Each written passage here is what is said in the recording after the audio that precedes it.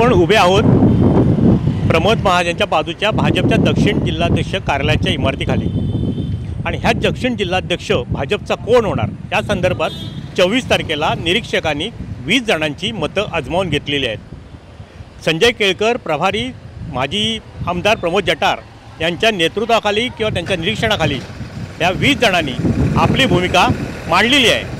मुळात दक्षिण जिल्हाध्यक्ष पदासाठी एकूण 5 नावं सध्या चर्चेत आहेत आणि ते 5 जण इच्छुक होते। त्यामध्ये विद्यमान जिल्हाध्यक्ष राजेश सावंत, सरचिटणीस जिल्हा सतेज नलावडे, माजी नगरसेवक मुन्ना चौंडे, त्याचबरोबर साखरप्याचे अमित केतकर आणि त्यानंतर त्याचबरोबर अन्य आणि असे एकूण 5 जण भाजपच्या जिल्हाध्यक्ष पदासाठी स्पर्धेत होते।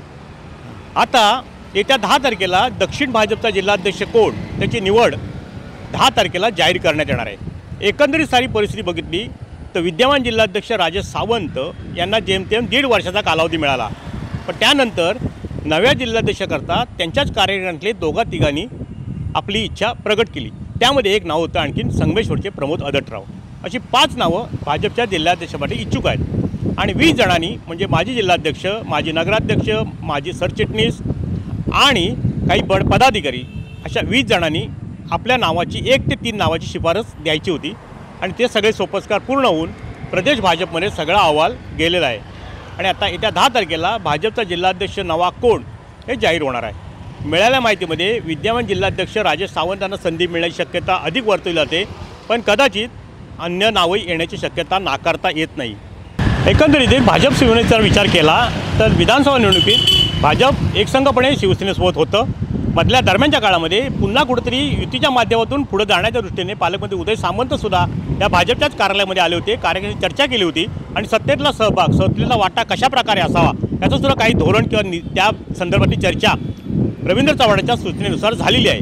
पण एकंदरीत सारं विचार करता भाजप आणि शिवसेना ही युती होणं ही काळाची गरज आहे, कारण शिवसेनेला सुद्धा या जिल्ह्यामध्ये अधिक घट्ट होण्याच्या दृष्टीने सोबत भाजपला घेणं आवश्यक आहे, कारण सत्तेमध्ये भाजप आहे, पण भाजपला सुद्धा शिवसेना सोबत हवी असं सुद्धा वाटणं साहजिकच आहे। पण एकंदरीत भाजप आणि सेनेच्या पदाधिकाऱ्यांची, कार्यकर्त्यांची मानसिकता निवडणुकीच्या काळात कशी असेल यावरती सुद्धा भाजप सेनेचं भवितव्य अवलंबून राहणार आहे।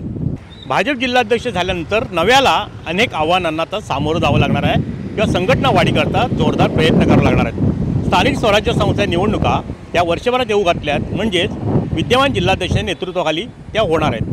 जिल्ह्यामध्ये महायुतीचं सरकार राज्यात असलं तरी जिल्ह्यामध्ये सेना आणि भाजपा असं अजूनही एकसंघपणे कुठं दिसत नाही आहे। जिल्ह्यामध्ये पालकमंत्री उदय सामंत यांनी आपलं वर्चस्व तयार करण्याच्या दृष्टीने पावलं उचललेली आहेत आणि दुसऱ्या बाजूला माजी मंत्री आणि प्रदेशाध्यक्ष रवींद्र चव्हाण यांनीसुद्धा मध्यंतरीच्या काळात संघटना वाढीकडे अधिक लक्ष दिलं होतं, पण दरम्यानच्या काळामध्ये आता दोघांमध्ये पाहिजे तितका समन्वय दिसत नाही आहे।